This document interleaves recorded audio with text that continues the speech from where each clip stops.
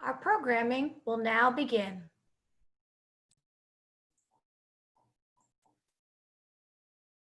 Good morning, everyone. I'm Beth Clark, APA's Vice President for Professional Development, and welcome to Day 2 of our APA 2020 Virtual Facilities Summit. This morning, before we begin with our speaker, let me take a moment to highlight how APA cultivates community and contributions that drive results. Take, for instance, the APA Institute and Leadership Academy programs. Sadly, we will not be gathering in Pittsburgh, Pennsylvania for APA U in September, nor will we gather as regional communities for those annual conferences. But just as our own institutions of learning have persevered, we press on to ensure our teams continue on their paths to success. Like this virtual facility summit that we're enjoying this week, APA is now able to offer the Leadership Academy as well as the Supervisor's Toolkit in a virtual experience.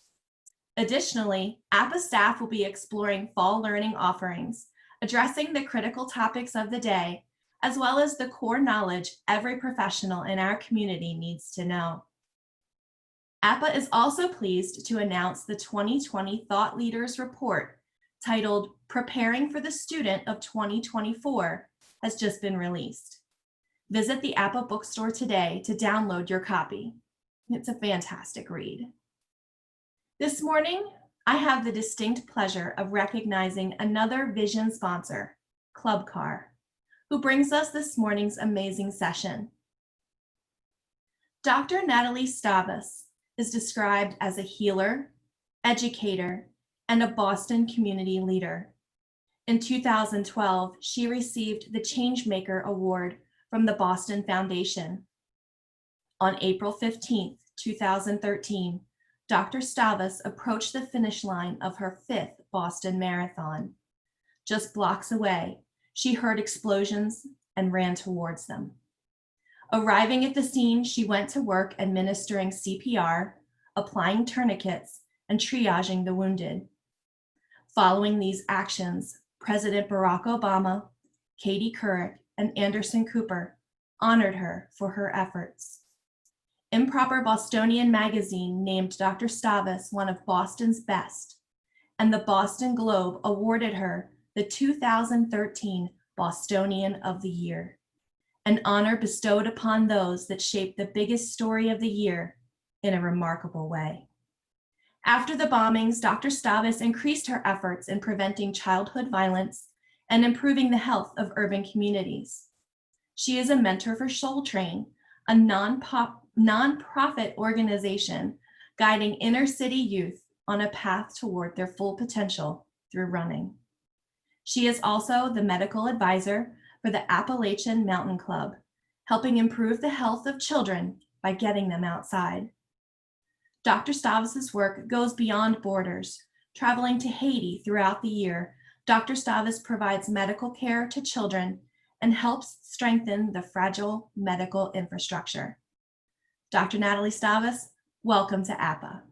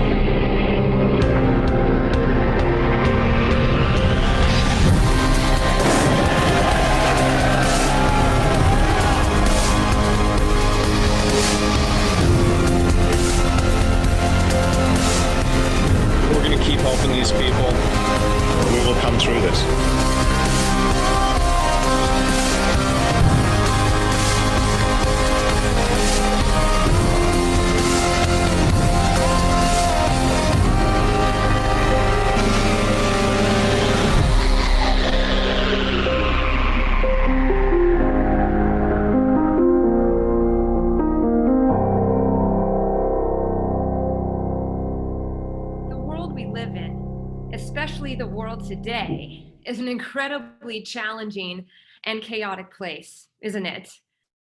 But within the challenges and within the chaos, there are extraordinary events and people. Now, one of those events occurs every third Monday of April. On this Monday, 30,000 people put on a pair of running shoes. An entire city completely shuts down, and 1 million spectators line the streets. 1 million people out to simply watch runners. Sleet, heat, snow, wind or rain, it doesn't matter. On this Monday, the longest running marathon in history occurs, right? The Boston Marathon. Now, us runners, we stumble, we suffer, we chafe in highly unfortunate places. The crowd in Boston, they cheer, they drink their Sam Adams beer, and everyone has a phenomenal time. But on April 15th, 2013, at 2:59 p.m., 2 bombs detonated at the finish line. This incomprehensible act of violence that shocked the world and shook Boston to its core.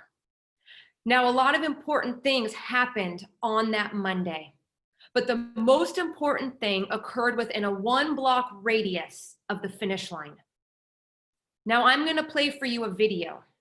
And as you watch this video, I want you to listen to what you think the most important part is.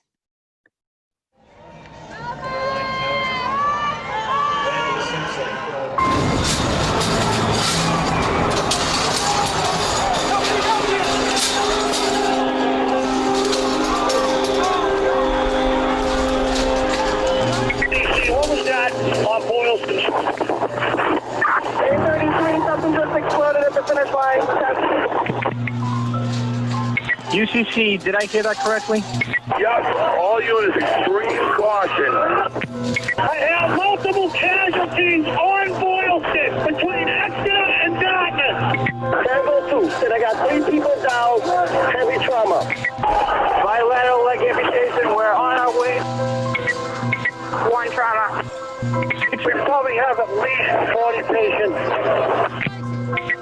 They're telling me there's a secondary device up here at this established staging area.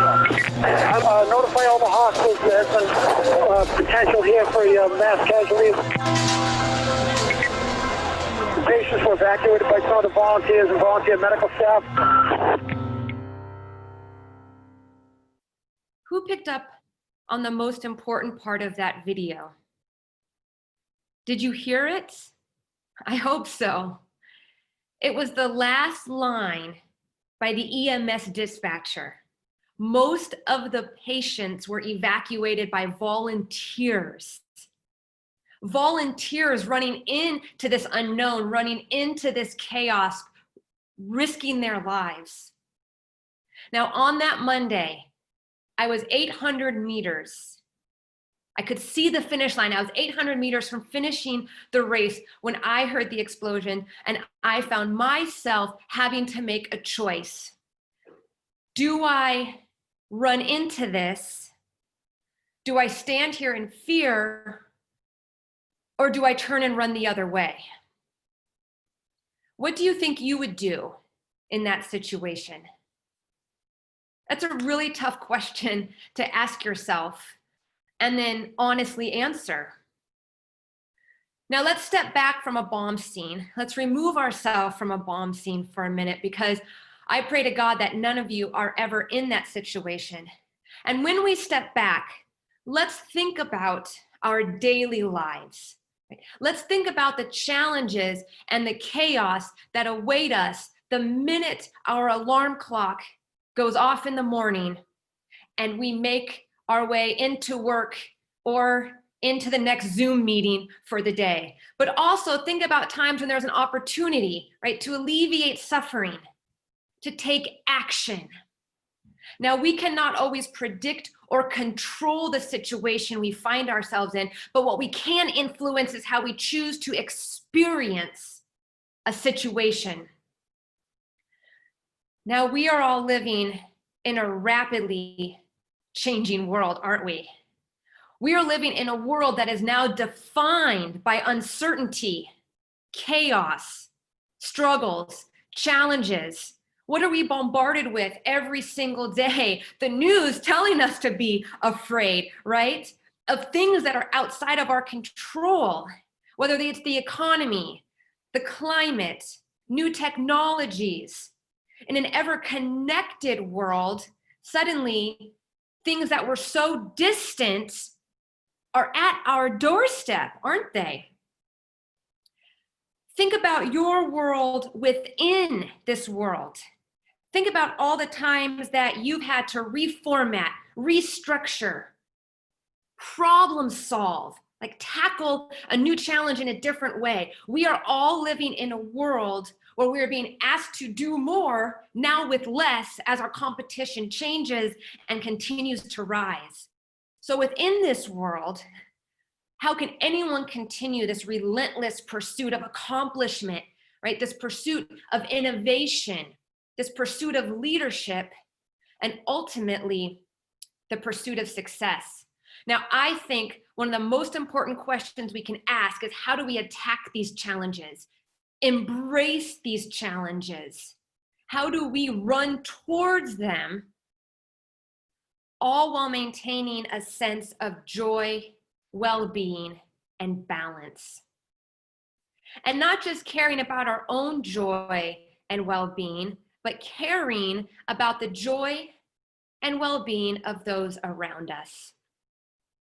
Now, you all have gathered here for this virtual summit, right? You're here to learn from each other, to improve your experience in the world around you, right? To see how you can bring your best self to any situation, right? You're attending extraordinary virtual workshop sessions. You get to hear from some amazing people, right? You're pursuing the perfection of your profession, even in this time of chaos when we can't meet together like we normally do. Now, I get to spend a very, very short time with you this morning. And in this short time that I get to spend with you, I hope to share my story.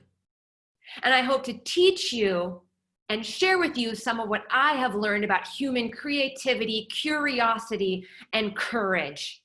And my goal is to launch you out of this virtual seminar with even a little bit of a shift in your perspective or a new understanding how in the time of true challenges and true chaos, we can bring our best self to that situation.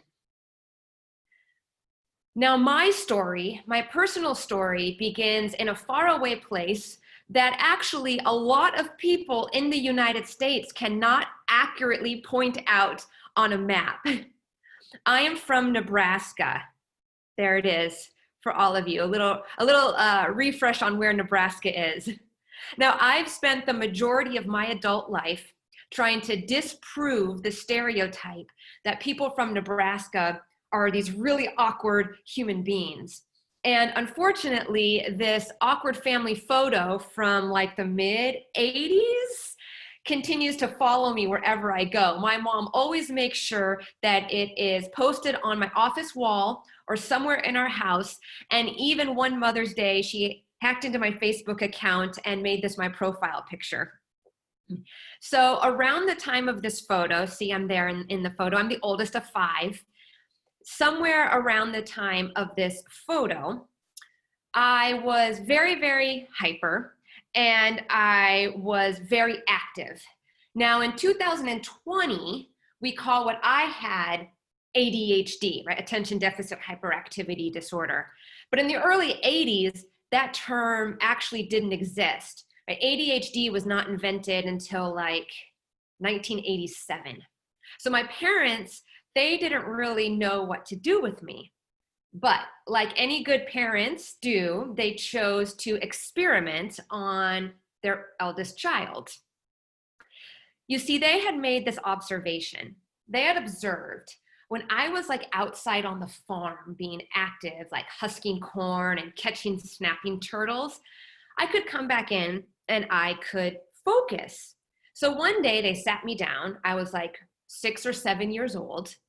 And they said, Natalie, before you do your homework tonight, we want you to run around the block. Just burn off a little bit of energy. So this is a Google screenshot of my neighborhood in Nebraska. And this is my block. It is a perfect square that is 4 miles long. So I would do this every evening before my homework. I would put on my little running shoes and I would run all the way around this block. And as I began to do this, something remarkable actually started to happen. I could come home and I could focus. And not only could I focus, but I enjoyed my experience. Like I enjoyed being given a task that I had to put my mind to, when before it was such a challenge. And I didn't know why this was working. My parents didn't know why this was working. They said, oh, she must just be really tired. And it wasn't until after nursing school and into medical school that I realized why this had worked and was working. And I remember one time I came back on like a fall break. And I said to my parents, remember when you used to make me run around the block and I could come home and I was super calm and I could focus? I said, I know why. It was because I was high. And they looked at me like a gasp. And I said, well, I wasn't high because I stopped at the marijuana farm that's in the upper right-hand corner of this perfect square. I was high off of my brain's own intrinsic neurochemicals. How many of you guys have heard of dopamine? Right? Dopamine, that's the molecular structure of dopamine.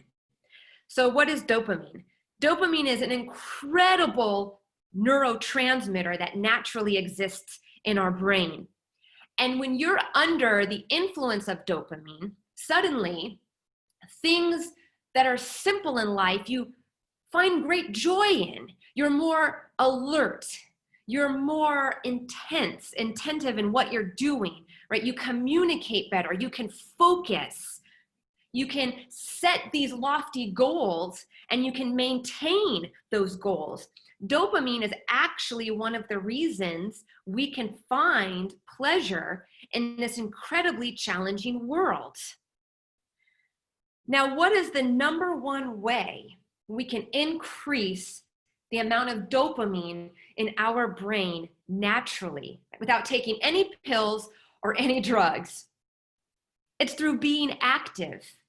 It's literally through being active.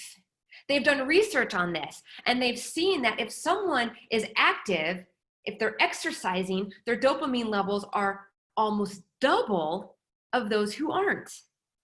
And this was so fascinating to me that we can change our perspective simply by putting on a pair of running shoes. We completely can change our outlook on how we perceive a problem.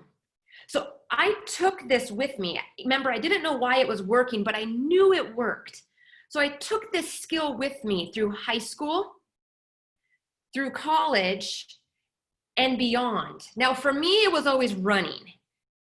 Cross country, marathon running, even rowing. It doesn't have to be running. But for me, it was running. And I never had to be medicated for my ADHD. Through all of this schooling, I used running as my medication. And this really was profound for me. And I took it all the way into medical school and continued my approach to problem solving, my approach to balance was actually for me trying to get outside, trying to do something active to reset myself. So I found myself in medical school at the University of Nebraska Medical Center. And in my 4th year of medical school, I heard about this place, this really cool, faraway, magical place called Harvard. And I decided that I wanted to go to Harvard to do my pediatric training. At the time, Harvard had the #1 program in the country, maybe even in the world, for pediatric medicine. And I wanted to go there because I wanted to study pediatric medicine in my residency. So to get into places like Harvard, you need letters of recommendation. So one day I strolled into my medical advisor's office and I said, I'm going to Harvard. I need a letter of recommendation. I was all proud of myself. And he looked at me and he said, dear, people from Nebraska don't go to Harvard. You probably won't get in. Why don't you go somewhere closer, like Kansas? And I was like, I am not going to Kansas. It is right next to Nebraska. There's nothing wrong with Kansas. I love Kansas, but it's just like Nebraska.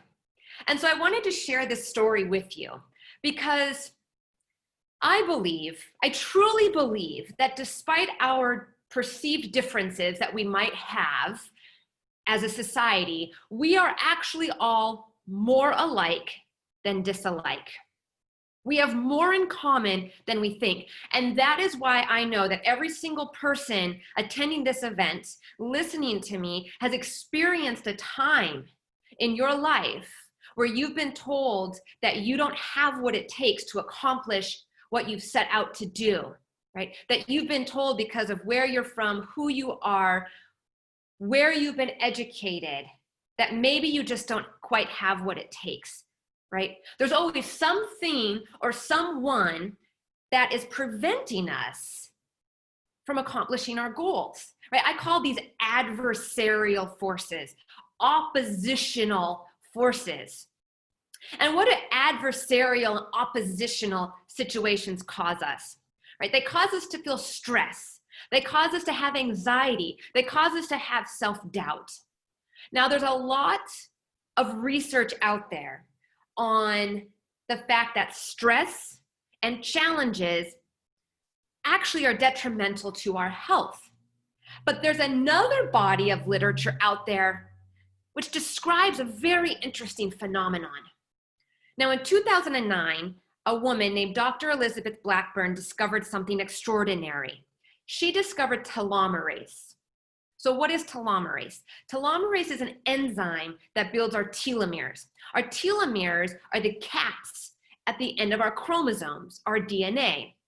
In this picture, they are the green caps on this purple chromosome, right? They protect our DNA. They're very important. You can think of them as like caps on a shoelace. And what happens when a cap comes off a shoelace? Well, that shoelace is at risk of unraveling.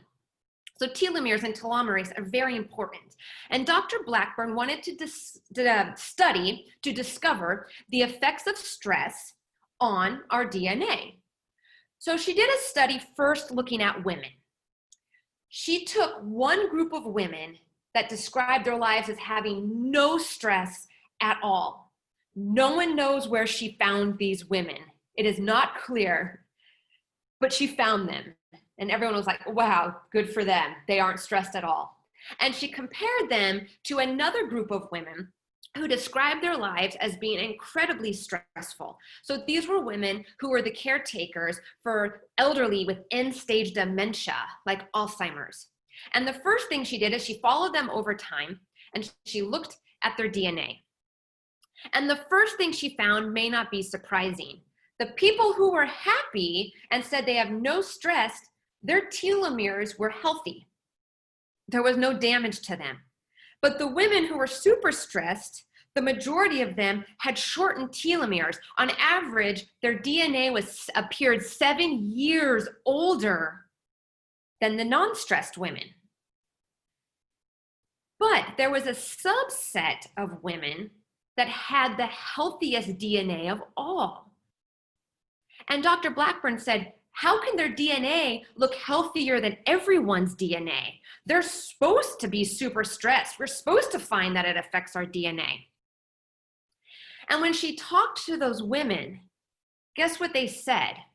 They said, we do not view our situation as challenging.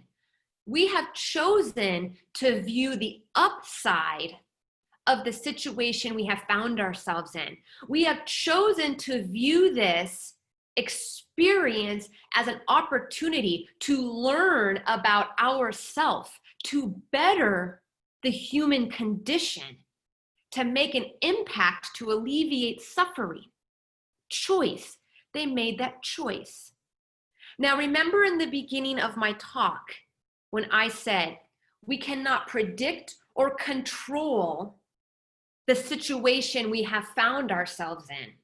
But what we can do is choose how to experience that situation. And this is the first time that science showed that how we choose in our mind to experience something actually affects us at the level of our DNA. Now, this study has been replicated in men, in the elderly, and in the children, and the results are almost always quite similar.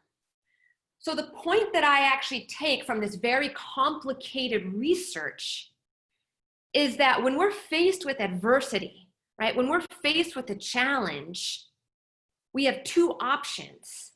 We run towards it, we embrace it, we give it everything we got, or we choose to turn and run the other way.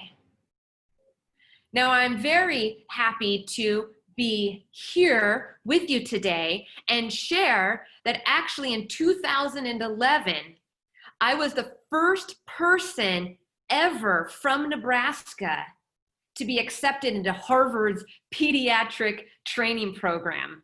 The first person in 2011. Had never taken someone from Nebraska before. And guess what? They've taken multiple people since then from Nebraska, and maybe even some from Kansas. They're like, oh, we like a little bit of this Midwestern good spirit up here in the Northeast. So this is how I found myself lacing up my running shoes and boarding a bus to Hopkinton, Massachusetts, because I'm in Boston. And what does every avid runner want to do when they get to Boston? They want to run the Boston Marathon. So here I was, ready to run the marathon. Now, I need to set the stage for you a little bit to describe the marathon, because I don't know how many of you have actually run it. So early in the morning at like 4 a.m., all of us runners get up, 30,000 runners, and we gather in a place called the Boston Commons. And we all get on yellow school buses. Thousands of runners get on yellow school buses. And we make our way out to Hopkinton. Hopkinton is exactly 26.2 miles from Boston. And as a novice runner, when I was first doing this, this was terrifying. But now I actually get a kick out of watching all the runners who've never run it before, because the scenario goes something like this. Everyone's excited, they're getting on the buses smell like icy hot and bananas and peanut butter and all sorts of gnarly combinations of things. And so we get on the buses and we go 5 miles, 10 miles, 15 miles, and we get to mile 20. And all the runners kind of start pulling out their maps. And suddenly they realize this is how far they have to run back, right? This is the length of the course. There is no other way to get back. The buses drop you off and then they leave. And a peculiar thing starts to happen when runners get anxious. The combination of coffee, peanut butter, and bananas does a number on the gut, especially mixed with anxiety. And so that is why when you get to Marathon Village, the first thing you literally see is the buses dropping you off at thousands and thousands of porta potties. This is a picture from the window of my bus. That is what happens. That is how race day starts for 30,000 people. Now, I want you all to picture one of the most beautiful days in your life after you've recovered from your porta potty experience. Crystal clear blue skies, perfect race day. This is how April 15th, 2013 started for 30,000 runners, 1 million spectators, and an entire city. Now, there's a very famous phrase in Boston, right on Hereford, left on Boylston. When you've reached this signpost, your race is done. You can see the finish line. This is a real signpost. The crowd is going wild. Thousands and thousands of people. It's deafening. You can't even hear yourself think or breathe because the crowd is just cheering you on that last fourth of a mile. You know your race is done and you've accomplished your dream of running the Boston Marathon. So this is where I was when I heard one explosion and then another. Now, at first, all of us runners, we kind of stopped and we looked at each other and we thought, oh my gosh, it's fireworks for us. Finally, someone recognizes we deserve fireworks at the end of this race.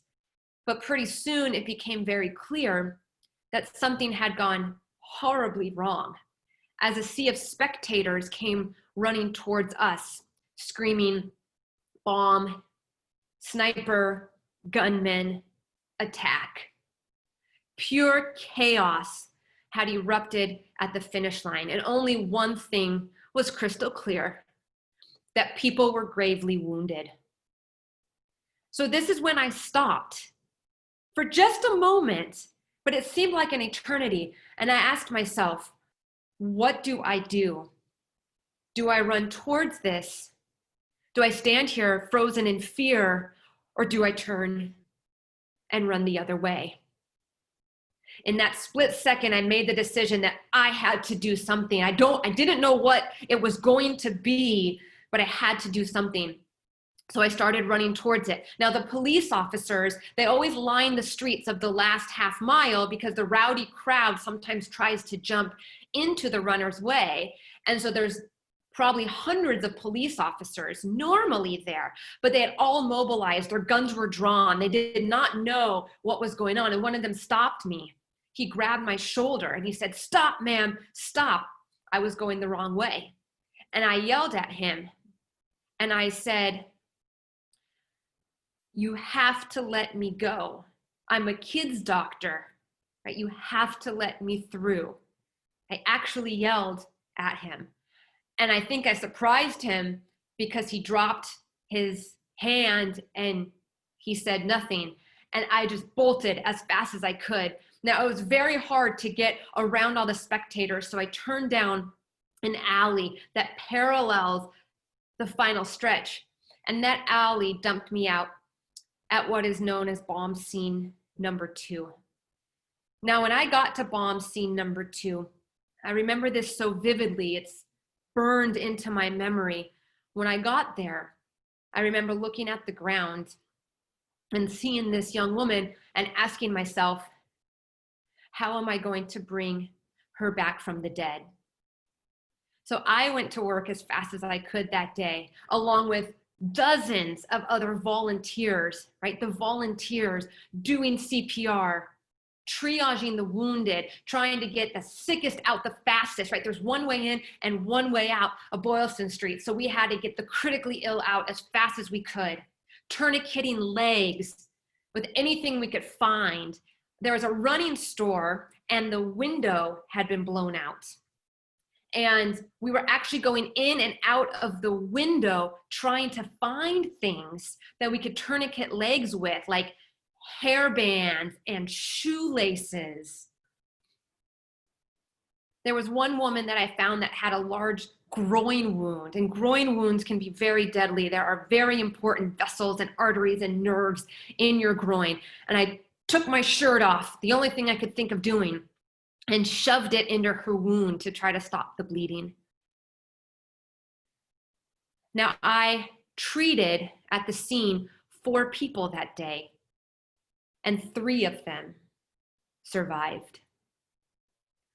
Now, in the aftermath of this horrific event, I was interviewed extensively by multiple media outlets, the New York Times, the LA Times, the Boston Globe, the BBC, and by my favorite reporter of all time, Anderson Cooper. I love him. He is dreamy, isn't he?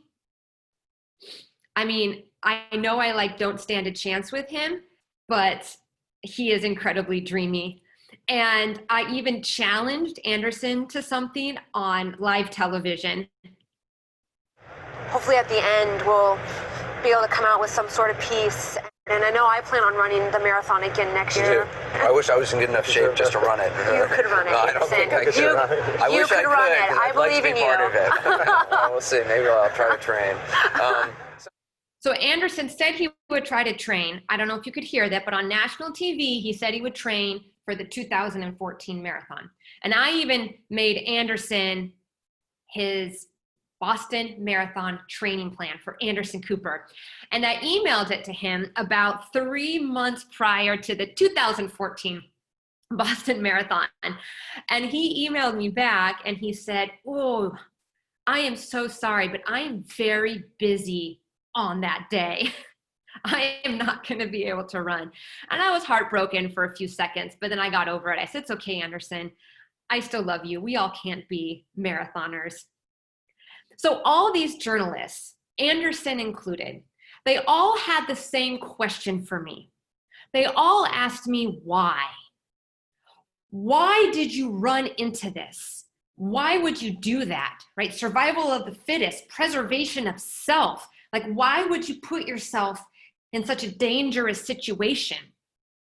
And for a long time, I actually didn't have the answer. I thought about it and I thought, oh, something's wrong with me. But then one day it dawned on me, they were asking the wrong question. The question they should have been asking is how? How do we teach society that chaos and challenges do not have to be our enemy? How do we teach people that challenges can present an opportunity to improve the world around us, to improve the human condition? How do we teach people that? And I thought about this for a while, and I'm a scientist by training, and I thought, I want to know the answer to this so I can help teach the how. And so we did some research. We went to the literature. I interviewed hundreds and hundreds of people who are first responders by choice, firefighters, police officers, and people who were first responders not by choice, people who respond to national disasters, natural disasters, people who find themselves suddenly in situations they weren't prepared for. And one thing came out of this, and I'm going to share it with you. It all has to do with our brain. So inside your brain, there's a place called the amygdala. Now, the amygdala is represented by a dot on this picture of this person's brain. Your amygdala is one of the most primitive parts of your brain. Now, your amygdala, part of it is your fight or flight response, but the other part of it is your reward center. Your reward center in your brain that makes you feel good, that gives you confidence. Now, we looked at people's brains after acts of courage or kindness. There's special MRI machines you can put people in to see what is the most active part of their brain. And we put people in MRI machines, and guess what? After an act of courage or kindness, the amygdala was the most active part of the brain. And guess what it was releasing? Dopamine. How cool is that? Dopamine is released when we do something courageous or kind or altruistic. Our brains are actually wired to reward us when we go out of our comfort zone, when we do something that takes courage. So think about the times when you're asked to do something that makes you a little uncomfortable because it's a new situation, or you've never had to do it before, or you don't know what the outcome will be. What do we feel as humans? Sometimes our palms get sweaty, our mouth goes dry, we get this sensation of butterflies in our stomach. Now, humans misconstrue these feelings as apprehension and maybe even fear, when in reality, it's our reward center, it's our amygdala encouraging us, priming us, giving us the energy we need to overcome that which challenges us. So how do you turn apprehension into action? It has to do with this part of our brain, the prefrontal cortex. We all have a prefrontal cortex. This part of our brain is responsible for higher decision-making and executive functioning, making decisions that are complex. Guess what? It's directly connected by nerve cells, neurons, to our amygdala. These two parts of our brain talk to each other, right? There's connections there. We all have instinct, right? But after instinct comes choice. And it's the choices that we make that define who we are and how we're going to live a meaningful, purposeful, courageous life. So how do you get better at anything? And when we looked at the brains of these people, guess what? Their connections between their amygdala and their prefrontal cortex were incredibly strong, incredibly strong. And you know what they said? What they said about kindness and courage and kind of this concept of like stepping up to the plate when you're presented with something that's challenging. You know what they said? It was so simple. They said, well, we practice, because practice is the only way you get better. And we know that practice is one of the only ways that you strengthen connections and grow new brain cells in the brain. They said we practice in our everyday lives. We practice doing simple things. Simple things. So, like my parents did with me when I was a young child, I want you to experiment on yourselves. I want you to think of situations in your life that have proven to be challenging to you, that have proven to be daunting, right? Things can be simple. You can decide that you want to spend more time in nature, but nature terrifies you. Or maybe you want to take another class, or maybe you want to run a 5K, learn how to meditate, work with the team, volunteer more, right? Learn how to dance, play a new instrument, get along with your relatives at Thanksgiving. There's so many things on a daily basis that challenge us. And if we simply practice small things on a daily basis, we actually become someone who takes action when called upon, and better yet, when not called upon. So the next time that you have something that seems impossible, an impossible task, I want you to think about this phrase, Soul Train. So what is Soul Train? Soul Train is a nonprofit inner city running program for high-risk youth. So we give high-risk youth who've been incarcerated, youth who are homeless, youth who have mental illness, drug abuse in the foster care system. We give them a pair of running shoes and we're their running mentors. And we say, you're going to run the Boston Half Marathon. And they say, oh my gosh, that's impossible. You see, they have an impossible mindset. It's impossible for me to stay in school, stay off the street, control my anger. And we say, we are going to teach you how to deconstruct impossible by setting bigger than self goals. You see, the goal of every student in Soul Train is not to get themselves across the finish line. The goal is to get every other runner in their group across the finish line. And remarkable things happen to these kids as they learn this. As they learn this skill, their grades improve, they get off their medications, they're able to control their anger. And I want to tell you a special story about a young man named Quay, who was very important to me. Now, I met Quay when he was 14 and in the foster system and didn't have a stable place to live. I gave Quay a pair of running shoes and I was Quay's running mentor. Now, Quay spent his entire teenage years without a stable place to live or a place to eat. And once he told me, I never knew on any given night if there was going to be a shelter over my head or if my stomach was going to be full or empty that day. But despite Quay's challenging life, he showed up to every single practice. And Quay said to me one day, I'm going to run the Boston Marathon when I turn 18. You have to be 18 to legally run it. Now, Quay's life through his teenage years could have gone in a variety of directions, some of which could have been very bad. But 2 weeks after he turned 18, we made it to the starting line of the 2016 Boston Marathon. And this was Quay's shirt. He made it. This was Quay's shirt at the starting line of the marathon.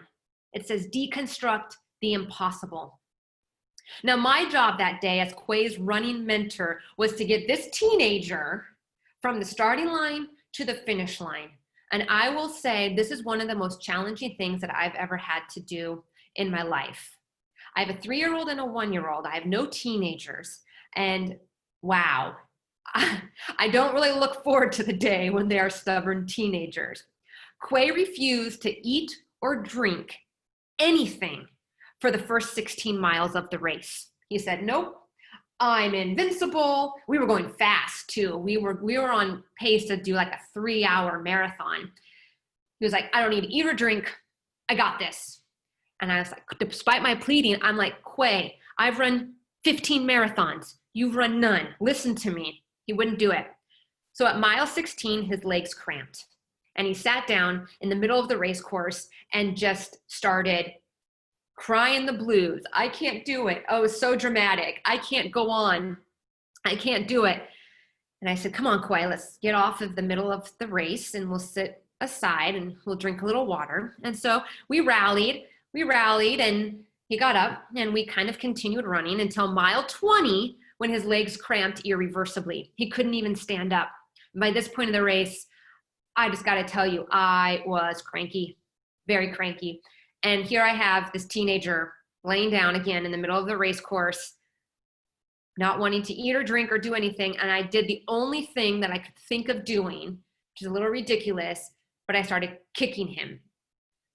I must have looked absolutely insane, an adult woman kicking a teenager at mile 20 of the Boston Marathon race course. Now, they were gentle kicks. They weren't painful. I didn't hurt him.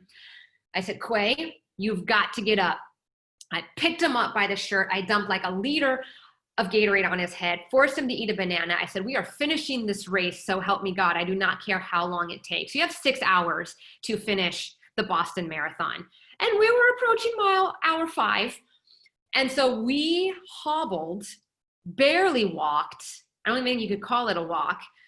We hobbled the last 6 miles of the race until we got to that sign, Hereford and Boylston. And this little old man with a shirt that said 100 years plus passed us. And Quay said, I am not being beat by a 100-year-old man. And this is Quay crossing the finish line, the first Soul Train youth to ever run the Boston Marathon. And so we did cross the finish line. And this is Quay receiving his medal. We're holding him up in that picture. He was a little delirious. And, you know, he said something to me right before he passed out. He said something to me, and it was so simple, yet so profound. He looked at me and he said, I can do anything I set my mind to, can't I? And I was like, yes, Quay, yes. Boom, down he went, totally unconscious. And all my cheers and glory were just falling on unconscious ears. Now, Quay's totally fine. He has a full ride running scholarship to college. He just needed a little IV fluid and he's totally fine. But what he said was still so profound in his state of delirium. He doesn't remember saying it. I can do anything I set my mind to, can't I? And it reminded me of this experience that I had on a plane. It was a while before this marathon. And so I'm sitting on a plane and all of a sudden I hear someone calling for help. Help, help. I'm like, oh my gosh, someone needs help on a plane. And it's like a pediatrician's worst nightmare because it's usually an adult that needs help and like we take care of kids. So I rip off my seatbelt and I'm running and I'm running and I'm running down the aisle and I'm running into first class. I'm like, oh my God, someone needs help in first class. And I'm running into first class and there's a man who's choking on his first class cookies. And I knew they were first class cookies because I didn't get any cookies and I was very hungry. but I had to get over that. I was like, oh my God, I have to do the Heimlich. I've never done the Heimlich. So I take a deep breath and I try to pull this man out of his seat. And I'm pulling and I'm pulling, and he's kind of like lodged in his seat. And with like one final adrenaline heave, I pull him up and we go flying back and we land in the aisle. And the force of the landing, he landed on top of me, dislodged everything he was choking on and his stomach contents into my face. And he took a breath, and like he was definitely, it was something fizzy, and there was definitely chocolate chip cookie and most likely vodka involved in this whole situation. But he took a breath, and I was like wiping my face. I was like, thank God I didn't have to do the Heimlich. And he gets up, and we sit him back down, and he's breathing and he's conscious and he's totally fine. And I pat him on the back, and then I totally made something up. Like, I don't know where this came from, but I said, sir, it's not recommended that you eat after you choke. Can I have the rest of your cookies? Like, that's like not true. Like, I'm pretty sure you can eat after you choke, but I was really hungry and felt I deserved a cookie. So he handed me his cookies. He's like, okay, I won't eat the rest of the flight. And I turn, covered in sputum and vomit, all this stuff. And I turned to walk back to my seat, and I realized something. No one else had gotten up. The whole plane sat frozen. No one else had gotten up. They were all staring at me like I had 5 heads.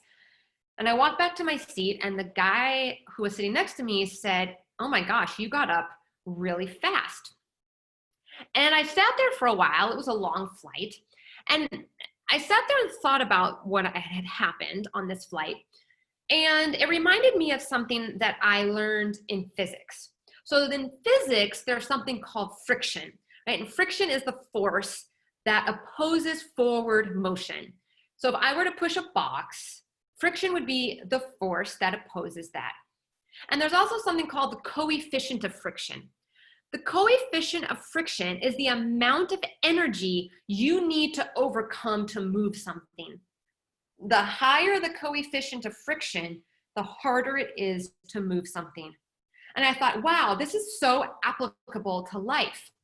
Each and individual human has their own internal coefficient of friction, a theoretical coefficient of friction that exists within our minds. How hard is it for us to do something, to change something, to evaluate something in a different light, right? And our intrinsic coefficient of friction is set by our mindsets. Think about the mindsets we accumulate over our life that just kind of start to slow us down. I can't do it. It's too hard. I don't know how to work Zoom, right? Something's on TV. I don't want to. I mean, there's so many things. And as our mindsets accumulate, we have the risk of becoming stagnant or semi-stagnant human beings. So what I like to encourage people to do is every now and then take an internal assessment of what mindsets, theories, or things you may be holding on to that are limiting your ability to achieve your goals or to set new goals. Now, I'm going to end this talk with you on one final thought. And I actually really enjoy nature, and I enjoy learning from nature. And in nature, there's this complex phenomenon known as a superorganism. So a superorganism, the definition of it is when a group of things come together and do something extraordinary that they could never do on their own. So in nature, these are like ants and bees and other weird things. And scientists and biologists and evolutionary biologists, they actually do not have an agreement or a consensus as to whether humans can achieve the true definition of a superorganism. And many evolutionary biologists don't actually think we have what it takes. But I disagree with them. I want you to take a look at this photo. So in this photo, taken exactly 1 year after the bombing, you have first responders, you have the leaders of the city of Boston, You have the people who lost their limbs that day, and you have the families of the people who lost their lives. Now, we all came together. We all came together one last time before the year ends to meet each other and to mingle and to overcome our fears of being at the finish line. And the day started out really solemn. Everyone was quiet and sad. But as we began to mingle, and as we began to shake hands, and as we began to meet, we started to realize someone. We started to realize something. We started to realize how important we had all been to each other on that day. We couldn't realize it in real time. When we were all there in real time, we could not realize how important our actions were on that day. We could not realize that our actions would have lifelong effects on every single person that we came into contact with. Right? In that time of great adversity, we had no idea what the outcome would be. But what we realized is that we had all acted in such a way, we had all come together in such a way that everyone that left the scene alive stayed alive, and that we had saved, as a collective whole, 270 lives on that day. We had become a superorganism. So if you take only one thing from the time I got to spend with you this morning, let it be this: never underestimate your importance.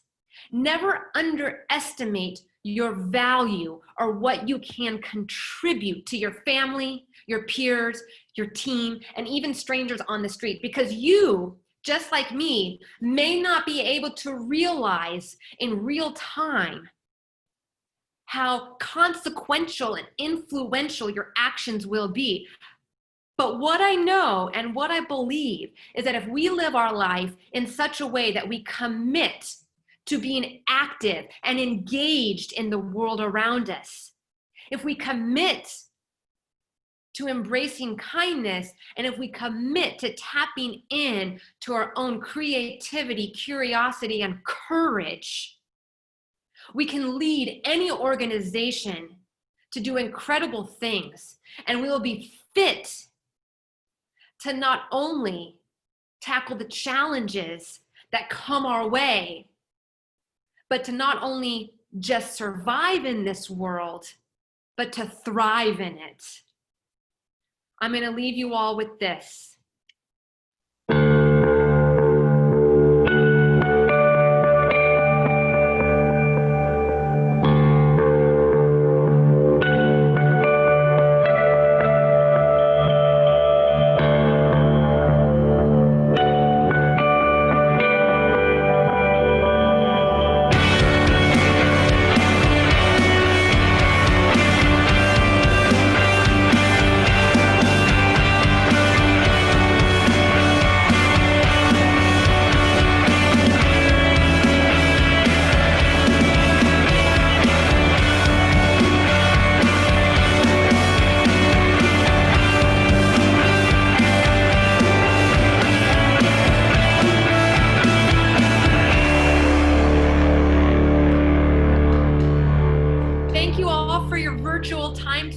It was a pleasure to spend time with you. I wish you all well. Thank you for everything you're doing to improve the lives of so many people in the world of education around us. We all appreciate your work and everything you do. Stay well out there, stay safe, and enjoy the rest of your day. Natalie, thank you so much for sharing your story with us this morning.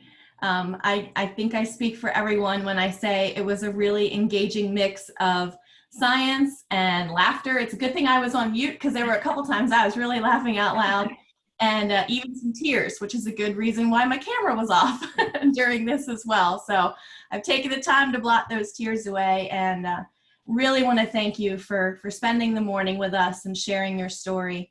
And just looking at the messages that are pouring in through the chat, totally awesome. Thank you. Great presentation. Thank you for your heroism and for sharing those lessons with our group this morning. So on behalf of APA and the membership that are here today and those that will tune in between now and October, thank you so much for sharing your story. You're welcome. It was my pleasure. Be well, everyone. Many thanks as well to Club Car again for supporting us today and for your many years of involvement with International APA and our regions and for bringing Natalie to us this morning. Before we depart, quote unquote, from our general session, I do have one bit of technical housekeeping. Attendees, please remember to clear your browser caches and refresh your platforms for continued access to all of our programming. We know some folks have had some hiccups, and that's going to be the way to resolve that going forward. We do have another full slate of offerings again today. I hope you enjoy them, and we will see you tomorrow. Thank you.